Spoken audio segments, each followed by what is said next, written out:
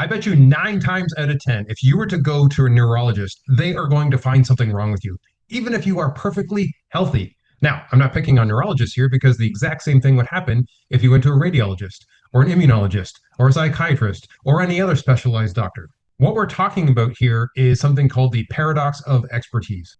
And this says that as our knowledge gets more specific, more narrower, our certainty gets stronger in that area. But the problem is the truth is now fragmented. But I'm also not just talking about the medical world here. We actually see the paradox of expertise everywhere in all walks of life. In business, if you were to have a branding consultant come in and look at your business, they would say that, oh, your problem with your revenue is probably tied to your messaging. Then an operations consultant coming in and go, oh, no, no, no, it's because you guys are not very efficient. But a sales consultant is going to say, oh, no, it's all about how you're closing. An HR consultant, oh, no, it's your culture that's the problem.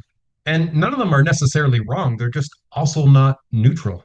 We see the same thing in relationships. If you were to bring in a therapist and talk to a married couple, you're going to get all kinds of different diagnoses.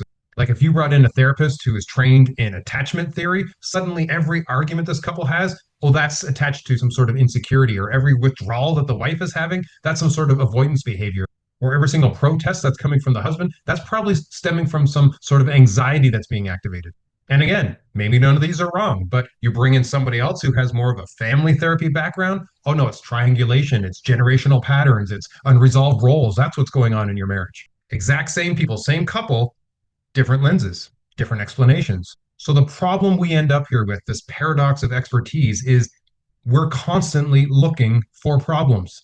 And my question is there actually something wrong? Or are we just deciding that there is based on our own biases?